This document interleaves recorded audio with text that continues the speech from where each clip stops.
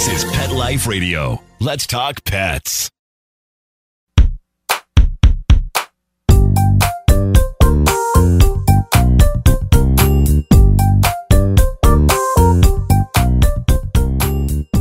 Welcome to Vet Candy's podcast and Other News, a podcast to expand your idea of what is impacting the veterinary world, veterinarians, and all animal care professionals as humans.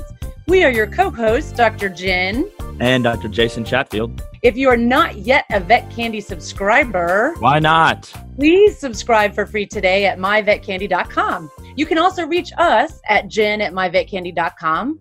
Or Jason at myvetcandy.com. And our topic today is 2019 novel coronavirus. In other news, there's a new coronavirus. Yes, this is crazy. There's a new coronavirus. You can't turn on the TV without hearing about coronavirus. I mean, Jason, are you hearing about it in the basement? We are hearing about it even down here in the basement. It's on everyone's news channel, radio channel, everything. We got to learn about it. We have to know what's going on. How can we know about what's going on? I mean, it's an incredible disease. And so luckily, we have a guest here today who's an expert. Dr. Gary Whittaker from Cornell is joining us. Welcome, Dr. Whittaker. Hello, good afternoon, everyone. So first of all, we got to get right to the heart of it because this stuff is all on TV. They're freaking everybody out. Do I need to panic? Well, I don't think I'm not panicking right now. Okay. Not about my own situation here in the United States. If I was in central China, it might be a whole different story. But sitting here, I think in New York, I'm not panicking. You're not panicking, but I'm not panicking. Okay, but you're also not about to go visit China anytime soon. Right. No. Right. Correct. Yes. And so the next question always with these new coronaviruses, well, and I guess let's kind of start at the basics. Mm-hmm. So all of a sudden, every talking head on the television is an expert at saying coronavirus. Have we had a novel coronavirus emerge before, or is this the first time? Well, in the past 3 decades, there's been 3 novel coronaviruses in humans. It all started in 2003 with SARS, and then in 2012 with MERS, and now we're at 2020, and we've got a novel coronavirus. So it's not unexpected. I've been expecting this for a while. It's a case of when will it happen, and what kind of virus will it be, and how bad will it be? It's every 10 years. It's basically past record is a new coronavirus appears from animals. Ultimately from bats, but usually through animal species into humans. That's kind of the pattern here. You do sound calm, Dr. Whittaker. Like you were kind of expecting this. Jason. Yeah. sounds very calm, which makes me very good and very calm. Not that I could do anything to fix it, but I was expecting it. But you can help educate us, which is what it's about. We don't expect you to solve. I mean, not today, maybe tomorrow, but today, just educate us, let us know. Let the universe know what's happening with coronavirus. What can we do about it? What does it mean? What are the signs? All that. Information is the antidote to fear, right? Especially when we talk about infectious diseases. Right. Good information and really ability to judge risk, relative risk is I teach the vet students, but I also teach public health students here at Cornell. But Dr. Whittaker is a big thing. But Dr. Whittaker, don't all veterinarians work in public health? All veterinarians do work in public health. I shouldn't be segregating students like that, but yes. There's a reason why Cornell put up a new public health program, and there's actually a very good reason why it's based in the vet school because as my director says, veterinarians have been doing public health forever, and this is a natural home. That's right. It is our home. So my next question is, because actually people have already started asking me, sometimes they mistake me for someone who knows, especially about new diseases. Is this different from the coronavirus that we currently know of that dogs can get?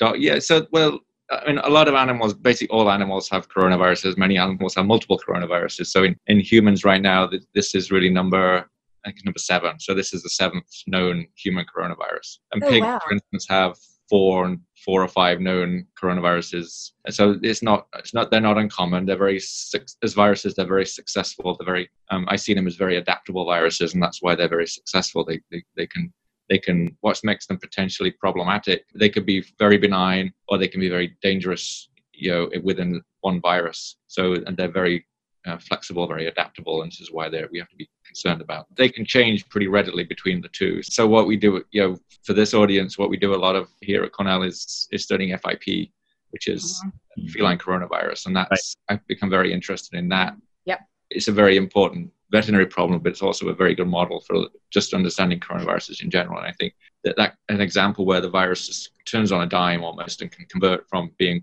very benign to deadly in a very short space of time. And the impact there is obviously huge.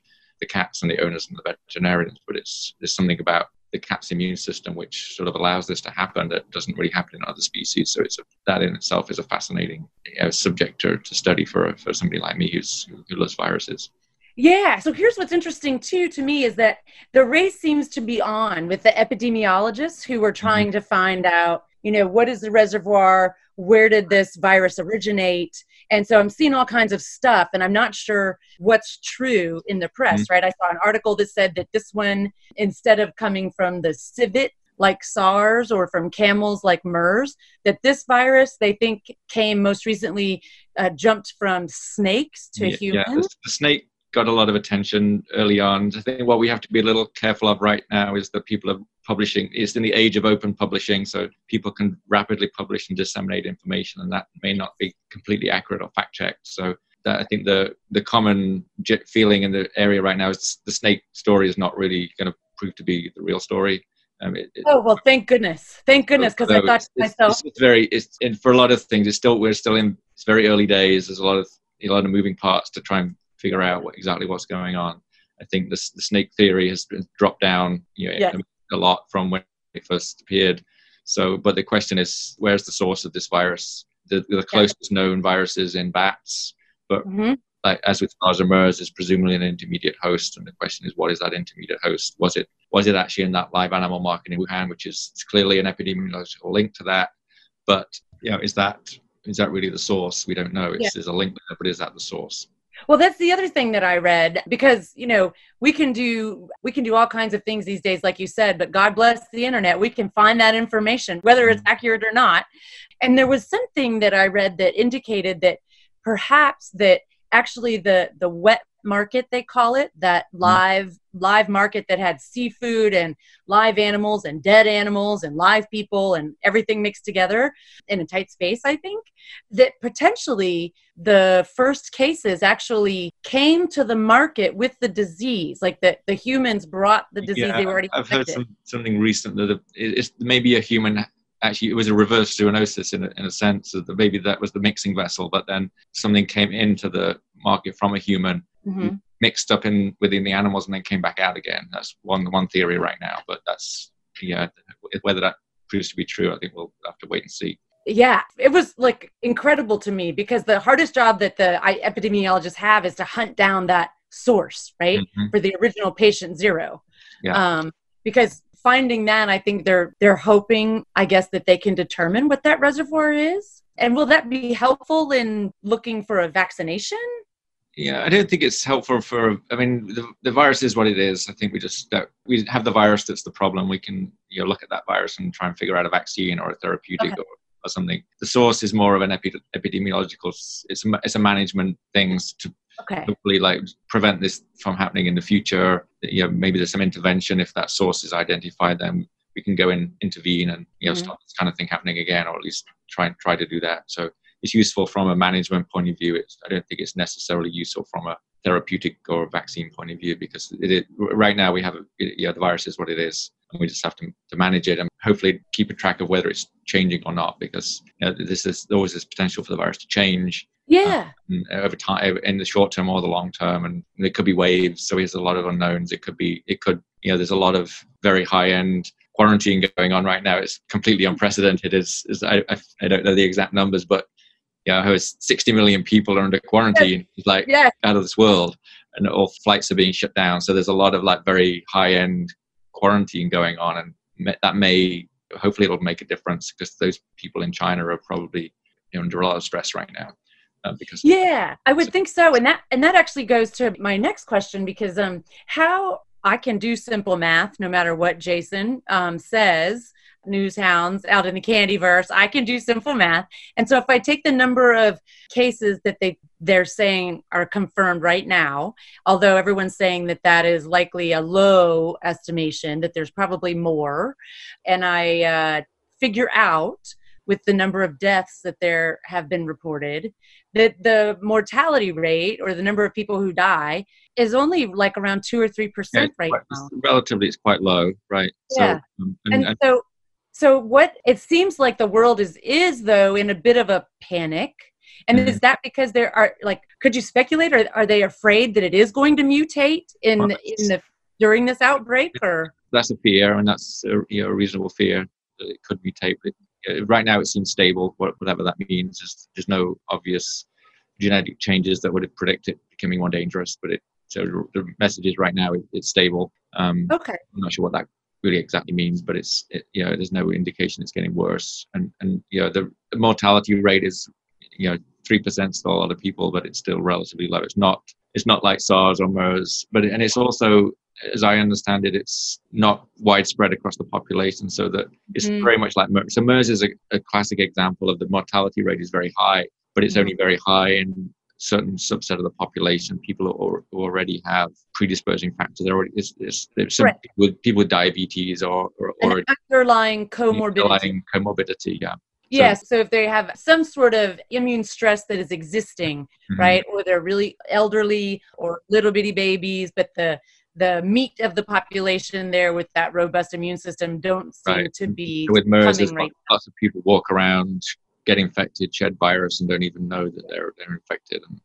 And so is that happening, do you think, with this current 2019? It does seem to be that's happening. Yeah, this is not what people expected. The latest situation I've heard of in Germany, where there was a business partner went from China to Germany to do some training, and then left and actually felt ill on the plane home, and alerted the people when she landed.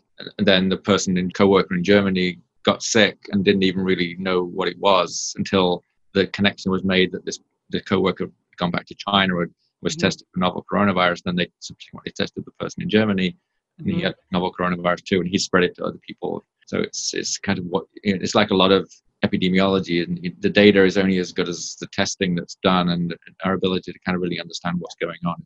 Well, that was my next question. So here it looks like they're using PCR to confirm cases, right, at the CDC, and they're using nasopharyngeal swabs and I guess to some degree some bronchoalveolar lavage, but they're saying that's not great because it dilutes it. So, but if they're doing PCR, if they get a negative, doesn't that mean they have all they know is they have a negative, or how sensitive? Right. Tests have to be interpreted in the context of the disease, so it could be negative. Sometimes there's false negatives on tests, and I don't know actually the numbers for sensitivity and specificity on this test, but presumably that's good. But sampling can make a difference if, especially a nasopharyngeal swab can be pretty variable to take. Yeah. So, yes. Well, we know that, right? Because we deal with canine influenza. Right. And we know if you don't get your sample, if you're doing a nasopharyngeal swab, if you don't get your sample within like the first 3 days of them being infected, 3 to 5, I guess, then you get a negative. All you know is you have a negative. Right. You don't know if it's truly negative. You have to treat this. There's a fair amount of interpretation in all of this. Yes. Yes. Not interpretive dance, which is what Jason likes to use for diagnostics, but no, it's not that. And Newshounds, Jason isn't characteristically quiet right now because in the basement they're having technological issues. But we will press on because this is incredible. So my next thing that I'm wondering about, because us veterinarians, Dr. Whittaker, we go into these very small rooms with pets and people who might all have symptoms of any kind of infectious disease. So what are the kind of the top 3 things that you think maybe veterinarians should know about this 2019 novel coronavirus? So from a veterinarian's point of view, I suppose the top 3 things are whether it's infecting the animal in that room right now. Is there any kind of evidence for transmission to pets or anything else that may be in the room? I think that's not known, but I'm assuming it's human specific. We don't know that. I've not heard anything one way or the other. Okay. So that's one important thing to know. I mean, it's important to know if the owner is shedding. They've got to think about, veterinarians are treating animals, but they're also in contact with owners. So that's, unfortunately, we haven't figured that out yet. Like how to talk only to dogs. We'd have to talk to vets too, or the owners too. So so that's, And I suppose that knowing the source of, from a bigger picture point of view, knowing the source of the animal, the intermediate host, which is presumed to be there. And it's not so much of a immediate problem in that office, but just as a veterinarian, I think it's just from a wildlife management perspective, there's a lot of bad things happen with to get these animals into the live animal market in the first place. So from a bigger picture, it's how to handle that from a wildlife health point of view as much as anything else. So if I'm a companion animal practitioner right now, or even a large animal practitioner, if I'm practicing in the United States or in a country outside of China, I would say, right now, then I don't necessarily need to be worried about every dog that comes in with respiratory. No, because we don't have any evidence of that. No. If the owner is coughing and sneezing up a storm and appears to be ill, I might inquire about recent travel and step out of the room. Travel to China or contact with people who travel to China is whether that's it's part of the case definition right now, right? Is that history of travel, so you have exposure. And then number 3, it seems like what you would want us as veterinarians to do is to keep up with credible news sources as epidemiologists attempt to kind of qualify what's going on. What's the original source? What was the intermediate host, I suppose, where it went from the bat to something else to the person. If it's reptiles, man, all bets are off. I can't imagine a virus that infects both of us. That would just be crazy. Crazy town, right? Well, maybe not. I've seen a lot, so it wouldn't be quite so crazy to me. These viruses. So one thing that always to keep in mind with the coronavirus is this: they can recombine very readily. So it wouldn't necessarily be that exact virus transferred across, but part of the viral genome could recombine and bits and pieces of the virus could transfer across. So that's happened before. They can do fairly amazing things in terms of recombining, and with pigs and cats and dogs, there's a lot of recombination actually goes on between those species. So when you talk about recombinants and potentially I'm going to throw out a word. Everyone get ready. Reassortments. I love influenza. And influenza is going to take over the world. So when you're talking about that with corona, can you compare that for me to influenza ability? There's a difference in terms of, to backtrack to some basic molecular biology, the influenza genome is what's known as the segmented genome. So it's RNA, like a coronavirus is RNA, but it's chopped into 8 pieces. Okay. So those 8 pieces can recombine and shuffle up into a new virus, which is what you're referring to. Okay. Coronaviruses are a single piece of RNA. So they can't do that, but what they can do is to recombine. But all those little units sort of interchange. So the outcome is very similar, but the mechanism is different. So this is why the 2 viruses I think we need to be most concerned about are influenza viruses and coronaviruses, because I'm biased because I study both, but there's a reason why I study both. No. Because I think they're the most concerning, most interesting from that point of view. Yes. They can both do these big leaps. What would be called an influenza is the antigenic shift. So that something very equivalent happens it happens a lot it's most common in birds actually. And another coronavirus is infectious bronchitis in poultry. Yeah. So that if those of you know about infectious bronchitis, there's lots of different serotypes: Massachusetts, Connecticut, Arkansas. They're all essentially like these recombinant genomes which have done these antigenic shifts, just like influenza did antigenic shifts by recombining versus reassorting. Okay, so we're going to take a very quick break. And when we come back, I have even more questions about the comparison to the super flu. Okay. All right, we'll be right back, Newshound. Stay tuned. DINOVITE.com. When we put him on the Dynovite, he took right to it. All of these symptoms disappeared. Dynovite is nutrition. If you want the dog to be healthy, you got to feed it something healthy. Something that he actually likes to eat. You need to put him on Dynovite. Dynovite for life. If you love your dog, you don't just want him healthy, you want him to be happy. You won't believe how happy your dog will be. DINOVITE.com. Say goodbye to boring continuing education and hello to vet candy retreats. And make learning fun with adventure, fitness, and world-class education from the most engaging speakers in our industry. Reserve your spot today. Visit myvetcandy.com/retreat and get ready to have some fun.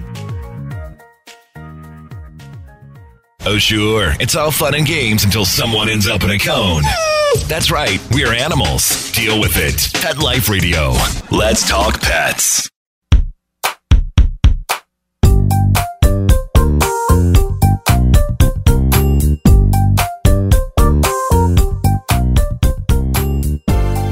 Okay, welcome back, where we are talking with Dr. Gary Whittaker all about coronaviruses. And our old friend influenza has now jumped into the conversation. Yeah, let's be honest. Just you were talking for a while, so now I might be able to join the conversation. But I'm gonna go. You guys are going great. I'm as always. You're way above my pay grade. I'm learning a ton here. I'm gonna try to interject in a minute, but go ahead, carry on. But I want the world to know I'm back and better than ever. Here, let's go. All right. Okay. So I did have one more question as it relates to influenza, Dr. Whittaker, which is when we talk about influenza, we talk about that antigenic shift or reassortment actually happening occasionally inside of a host animal, like a pig, where they're co-infected with two different types of flu.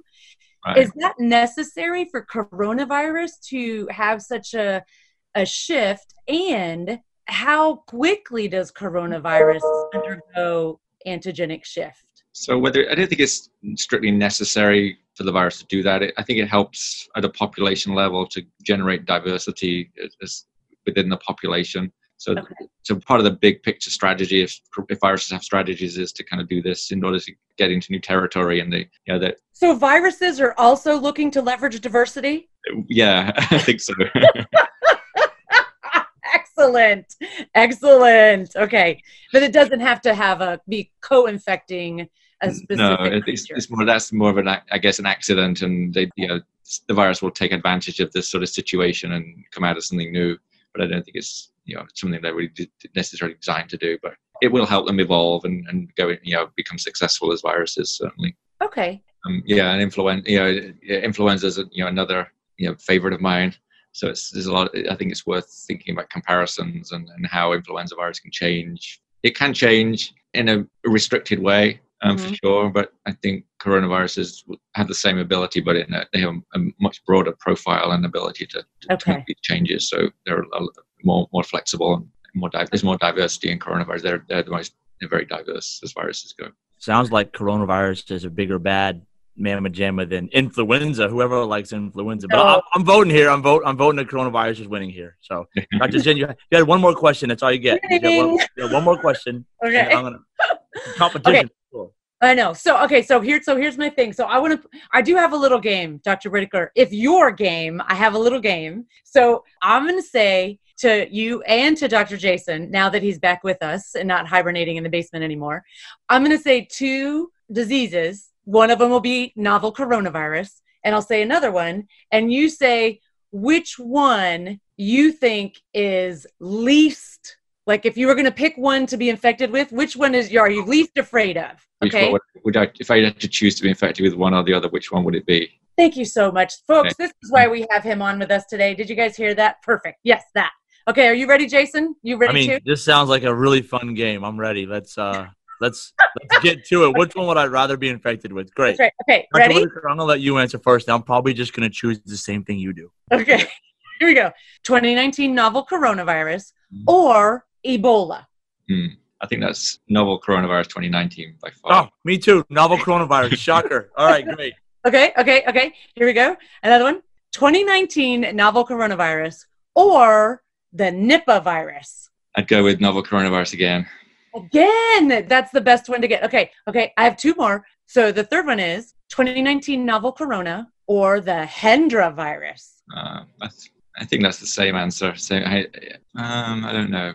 I'm gonna buddy novel coronavirus for me because I got no idea what the other one is. Okay. Better the devil you know. Right. Better the devil you know. That is a fact. Okay. Last one. The last one. 2019 novel coronavirus or disease X. That's my kind of question. What is disease X? Disease X, like just like the next one coming. Right. If I was to take just lucky dip. Yeah.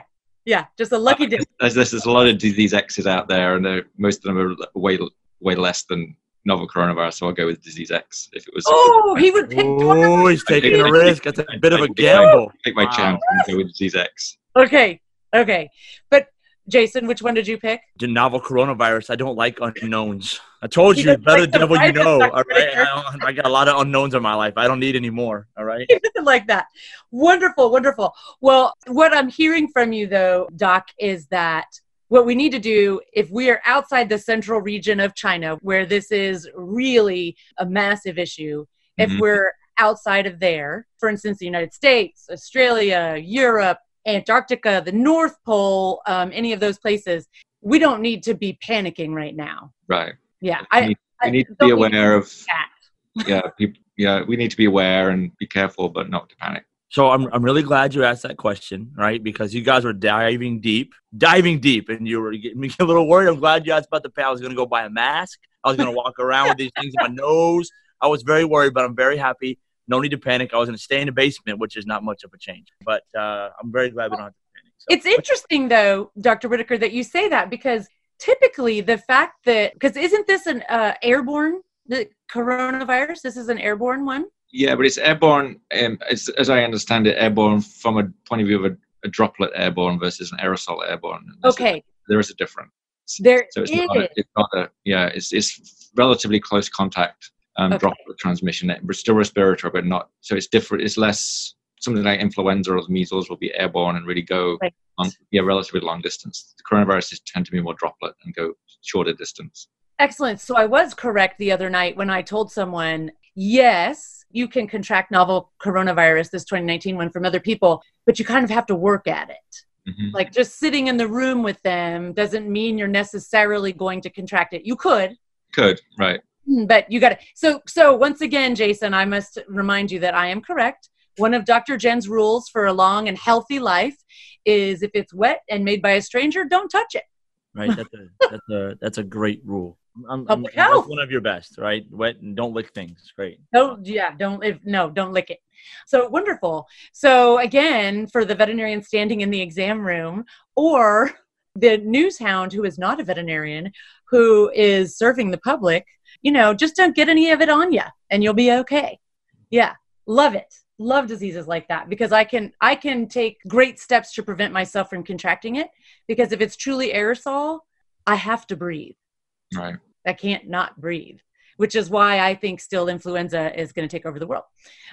So, all right, Dr. Jason, do you have anything other burning questions for Dr. Whittaker? I mean, how could I? You guys covered everything from very generic, not to panic, to all kinds of words that I can't even pronounce. So no, I have no more questions. I learned a lot as per the norm. So this is fantastic. That's true. Dr. Whittaker, this has been fantastic. I'm so glad that you made time to talk with us, because this is a huge hot topic. It is. Is there anything else that you think people should appreciate about the coronavirus, since you appreciate it so significantly? Is there anything else we should know? I don't think anything else. Just to reinforce this idea that it's a very flexible virus. There's a lot of uncertainty here, and things can change, but we just need to be careful. It can change. Hopefully it'll go away, but it may come back, or something different may come back. It's unpredictable. We just have to be ready for that unpredictability and try and manage it. Excellent. Perfect. So our usual recommendations to you about public health people in the Candyverse. So I do have, I know you're about to, but I do have one question. I'm so sorry. Okay. Dr. Whittaker, because there is a lot of information out there. I mean, tremendous amount of necessary fun. You guys may have gone over it during my technical difficulties, but it doesn't hurt to reiterate. Is there a source or a place that we can go as veterinarians, as the general public, as Joe Q out there having pets, to kind of learn the actual truth about what's going on? Or do we just have to rely on, I don't know, that sounds terrible. I don't want to go outside anymore. I mean, so is there some place we can go? My advice is just to try and screen for the journals, the publications from a professional society or a reputable source. And it's hard from the outside to really know how to do that, but look for certain things: New England Journal of Medicine, American Society of Microbiology, things that look like they've got a professional organization behind them, and the credentials of the people writing are good, and that's just really interesting. And what about the WHO, the World Health Organization? Because they're putting up a lot of information as well, and I usually find them to be reliable. Yeah, they're always good. CDC is good. WHO is good. They're always good sources to go to. Okay, excellent. Well, Jason, is that all? and Vet Candy. Always check on Vet Candy. Oh, you can always check Vet Candy. I was lobbing that up there for you guys. You guys didn't. I know. We both dropped it. Me and Dr. Whittaker. We're too focused. Vet Candy, baby. Rule the world. That's right. So really, this has been fantastic. And I hope that people will listen. Dr. Whittaker does know what he's talking about, and reinforcing the fact that most of us globally don't need to worry. We don't need to panic. We need to remember what keeps us safe and healthy every day as we interact with other people, and keep up with the news so that we know what's going on. But no need to panic. No need to panic here. And as always, here at Vet Candy in other news, if something else pops, we're going to bring it to you. Oh, by the way, I said pop, didn't I? You did. So, Jason, should we tell everybody? If you want to, I'm all for it. Okay, Dr. Whittaker, you're going to get to be here when we tell everyone. Breaking news. Breaking news. We're launching a new show called Vet Candy Pop. And we're going to launch that mid-February, and it will be video. And we're going to have to let Dr. Courtney Campbell join us on that show because we have 3 hosts. He was really big. Yeah, I mean, he tries to take over. No, I'm just kidding. We love Dr. Courtney Campbell. So, folks, be looking for Vet Candy Pop to hit your internet very soon, coming in February. And we will see you again. Let's tune in for Vet Candies and other news. Let's Talk Pets, every week on demand, only on PetLifeRadio.com.